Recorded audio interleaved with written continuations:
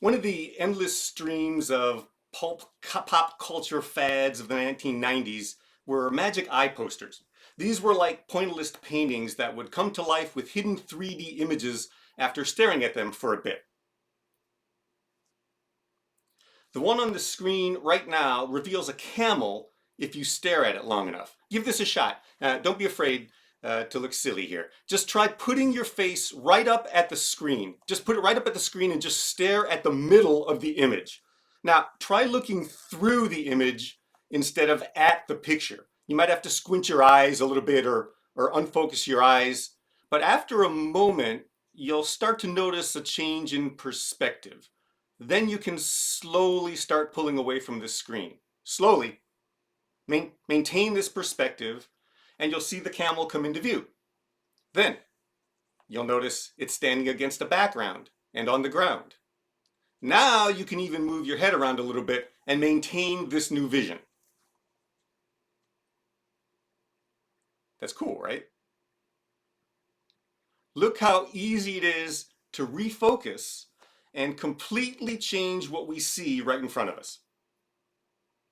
Let's try another one to practice refocusing. If somebody wants to unmute and tell me what you see here on this screen.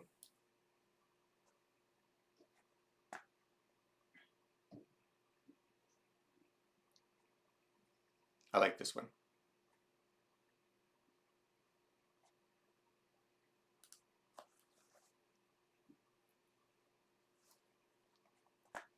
Anybody see it?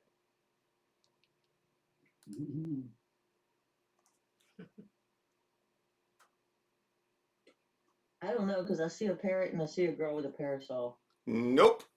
That's interesting, though. We'll talk about that later. Looks like something with beaks and wings. You have to really refocus. You've got to get in there and like really blur your eyes. Like they should stay blurry. Try not to blink and just stare at it until it starts to blur out. And you'll see it gets blurry. And then as you start to pull out and it's still blurry, you start to see an image sort of take shape. If it's not, then stay on it until it starts to blur out. And then suddenly everything is different. And you see a squirrel with all his little acorns. You can't see it? It can take some practice. I'll tell a quick story here that I hadn't planned on. In the early 90s, when my brother and I started our company, one of our main clients was a company called QRS, and they made player piano rolls back in the 20s and 30s and 40s, but they made compact discs that controlled player pianos, recently now. We recorded a ton of those, but this company also invested in weird things all the time, and one of the companies they invested in was the Magic Eye. They were one of the original investors. And so they came over one day with these posters, and my brother Pat immediately saw all the hidden images, and for some of them I never saw at all. But everybody can do this. There's neuroscience behind it. So it just takes some practice. So I'll be sending this around so you can all see these images. What's that? We can see the eyes, the nose, on the mouth area of the skull to the left side of the screen. Of the squirrel. Great. Great. So this is all it takes really to sort of change our point of view. You probably know what I'm going to say next anyway. This same refocusing is necessary if we're going to make any real change in either our lives or our community, right? We need to look through the world's surface noise into the multidimensional depth of being, of human goodness and generosity and compassion that's lying just beneath all this noise. It's well beyond time for every one of us to not only be the good in the world, but to believe there is actually good in the world, especially since we're mostly exposed to mayhem, madness, and destruction. Seeing the good in the world is increasingly difficult when we're only shown or only choose to fill ourselves with information about everything that's wrong. Whether you watch Fox, CBS, or PBS, from NPR to CBN, the stories and images we most often consume are of destruction and chaos. And while the world is burning, our continued focus on the fire prevents us from putting it out.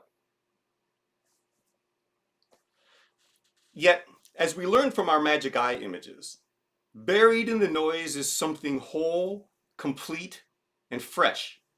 An aquarium, a camel, a friendly hello from a stranger, a cooperative world of diverse people who respect one another unconditionally and have come to cherish the abundance of God's creativity and the variety of food, art, languages, and ideas from every ethnicity on the planet. How about that? I mean, if we're going to see through the noise, let's see through the noise. Jesus teaches us how to do this, how to see the world differently. So do Buddha, Muhammad, Lao Tzu, and other great existential philosophers like Kant and Hegel. Their ideas refocus our minds so we can see and create a new thing, something whole and complete. Jesus says this requires we all do one extremely challenging but foundational thing: put others before ourselves. And when Jesus says others, he means everyone. That's it. That's Jesus's key to the universe, folks. To heaven, if you believe that sort of thing, but primarily to peace on earth, goodwill toward humans, here and now, which is all Jesus is really concerned about. Today, put others before yourselves. Today, refocus on the good by looking around and seeing all the good being done. We have to believe there is good. Otherwise, this whole human experiment's pointless. While all around us is chaos, we must believe that at its core, existence is good. Humanity is good. We must think so.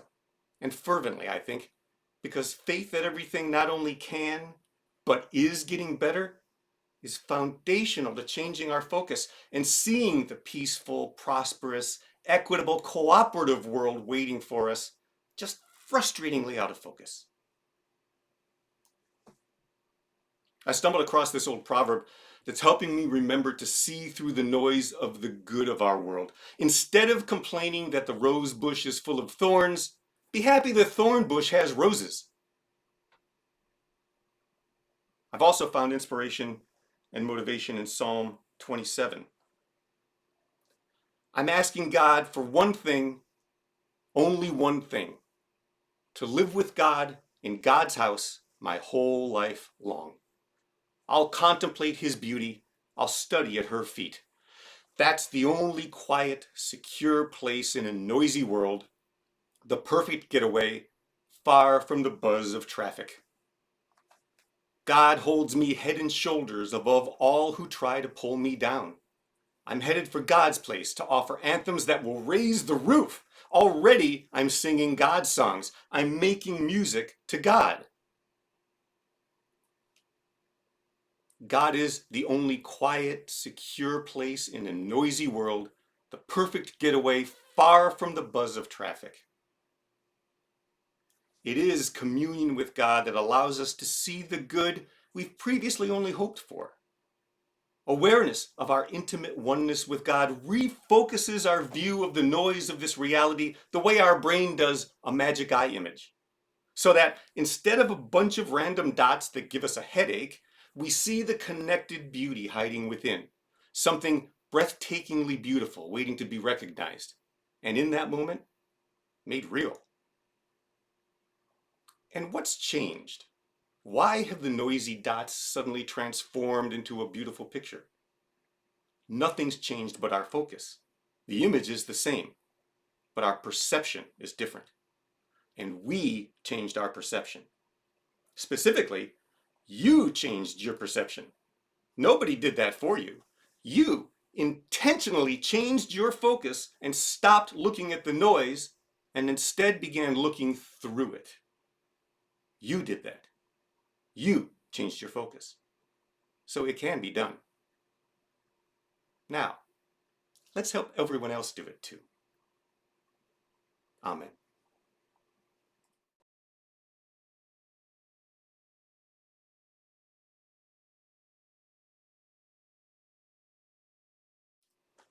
So, the question we're going to consider today is how can we approach the world more like a magic eye puzzle and see through the noise? How can we refocus and see through the noise to this beautiful thing hidden just beneath? I'll send you into some small discussion group rooms for about 10 minutes, folks, where I hope you will share all of your thoughts openly with each other. And if somebody there would take a few notes so that we can share with the entire group when we return, that would be much appreciated as well. Enjoy your small group discussions. I'll see you in about 10 minutes.